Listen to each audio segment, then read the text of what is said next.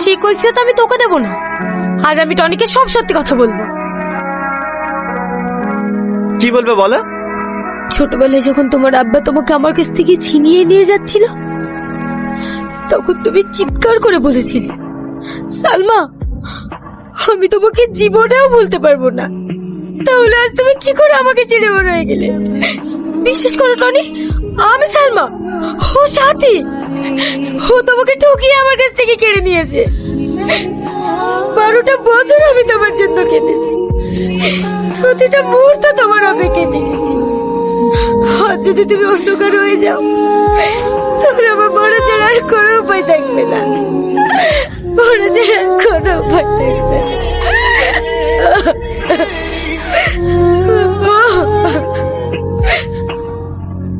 বাহ বাহ বাহ, সালমা তোমার বান্ধবী তো ভালো অভিনয় করতে পারে গো। কত সিনেমাতে কাজ করা দরকার। সিনেমাতে কাজ করবে?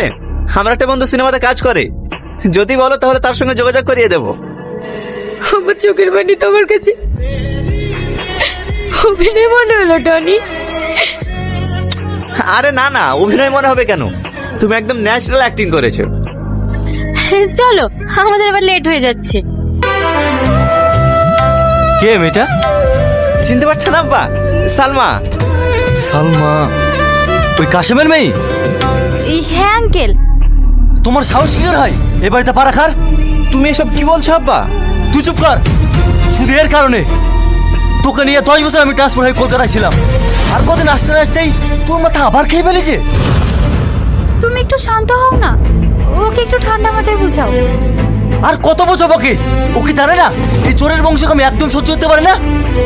ওর আব্বা যদি কোনো অন্যায় করে থাকে তাহলে এর কি দোষ? একদম এর ব্যাপারে সাফাই গাইতে আসবি না। এই বেরিয়ে যা এখান থেকে।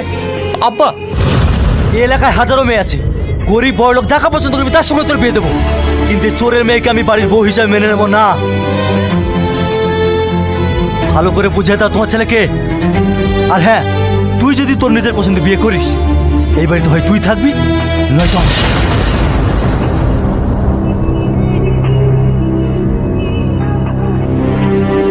তুমি এত ভীতু কেন? জোর গলায় বলতে পারলে না যে তুমি আমাকে বিয়ে করবে? দেখো আজ পর্যন্ত আমি আব্বার মুখের উপর কোনোদিন কথা বলিনি, কিন্তু যেভাবেই হোক আমি আব্বাকে রাজি করাবো। থাক, তোমাকে আর রাজি করাতে হবে না, তোমার আব্বাকে আমি রাজি করাবো। টনি, তুই আবার এখানে কি করতে এসেছিস? তোর মতো বেইমানের সাথে আমি কথা বলতে আসিনি, আমি টনির সাথে কথা বলতে এসেছি। টনি, আজ আমি প্রমাণ করতে এসেছি